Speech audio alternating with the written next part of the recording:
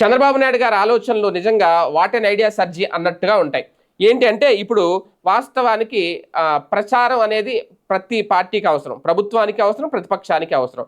అయితే ఇప్పుడు ఈ ప్రచార బాధ్యతలు వాస్తవానికి ప్రభుత్వం తరపున ఐఎన్పిఆర్ అనేది ఒక సంస్థ ఉంటుంది. అయితే పబ్లిక్ రిలేషన్. అయితే ఇప్పుడు ఐఎన్పిఆర్కి బదులుగా ఇప్పుడు ఒక ప్రైవేట్ సంస్థకి ఈ ప్రచార బాధ్యతలను అప్పచెప్పబోతున్నారట. ఇందుకు ఆంధ్రప్రదేశ్ రాష్ట్ర ప్రభుత్వం సిద్ధమైందట. దీనికి సంబంధించి అంటే ఒక కమ్యూనికేషన్ ఏజెన్సీని సెపరేట్గా నియమించాలి అని అనుకుంటుందంట రాష్ట్ర ప్రభుత్వం.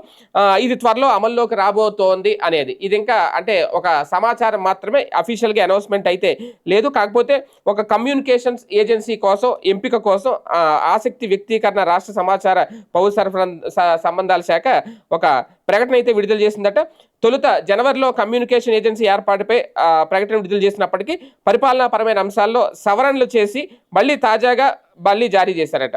అయితే ఆసక్తి ఉన్న వాళ్ళు మార్చి 11వ తేదీ తుది గడువు పెట్టారు. ఆసక్తి గల సంస్థలు ఏడాదికి 50 కోట్లు చొప్పున గత 3 ఏళ్ళు టర్నోవర్ కలిగి ఉండాలి. అలాగే కనీసం 100 మంది జర్నలిజం మీడియాలో నిష్ణాతులైన ఉద్యోగులు ఉండాలి. వీటితో పాటు సమాచార శాఖ అధికారులు పేర్కొన్న నిబంధనలు కూడా పరిశీలిస్తే చంద్రబాబు ప్రభుత్వం తమ ప్రచారం కోసం ప్రతి సంవత్సరం 100 కోట్ల రూపాయల ప్రజాధనం ఖర్చు చేయబోతోంది అనేది చాలా స్పష్టంగా అర్థమవుతోంది. ఓకే, మరి దీనికి ఎవరు అర్హులు, ఎవరికి కట్టబెడతారు అనేది మార్చి 11వ తేదీ తెలుస్తుంది. మార్చి 11వ తేదీ చివరి గడువు అనమాట. అయితే దీనికోసం ఒకవేళ ఎవరైనా ఏజెన్సీ పొందాలంటే ఏం చేయాలంటే ప్రధానంగా ప్రభుత్వ పథకాలకు ప్రచారం కల్పించడంతో పాటు ప్రభుత్వానికి వ్యతిరేకంగా జరిగే ప్రచారాలను ఎప్పటికప్పుడు తిప్పికొట్టాలి. సాంప్రదాయ మీడియాతో పాటు Doordarshan, radio, social media, print, electronic మీడియాలో పెద్ద ఎత్తున ప్రచారం చేయడం ద్వారా ప్రభుత్వ ప్రతిష్టను పెంచాలట.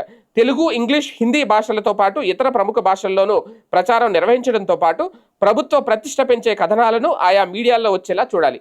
మీడియా కవరేజ్ ట్రాకింగ్, విశ్లేషణ చేయడంతో పాటు వివిధ శాఖలకు చెందిన వార్తలను మీడియా సంస్థలకు తెలియజేయాలి. అవసరం మేరకు రాష్ట్రంలోని వివిధ ప్రాంతాలకు మీడియా ప్రముఖులతో ట్రిప్పులు నిర్వహించాలి.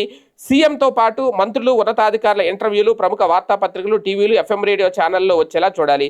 దేశీ విదేశాల్లోని మీడియా రంగ ప్రముఖులకు ప్రభుత్వం సమావేశాల గురించి తెలియజేయాలి. మొత్తంగా కంప్లీట్గా 300 degreesలో ప్రభుత్వం చుట్టూ పనిచేయాలన్నమాట. అంటే మొత్తానికి ఇప్పుడు ప్రభుత్వ ప్రచార బాధ్యతను ఒక ప్రైవేట్ సంస్థకు అప్పగించబోతున్నారు.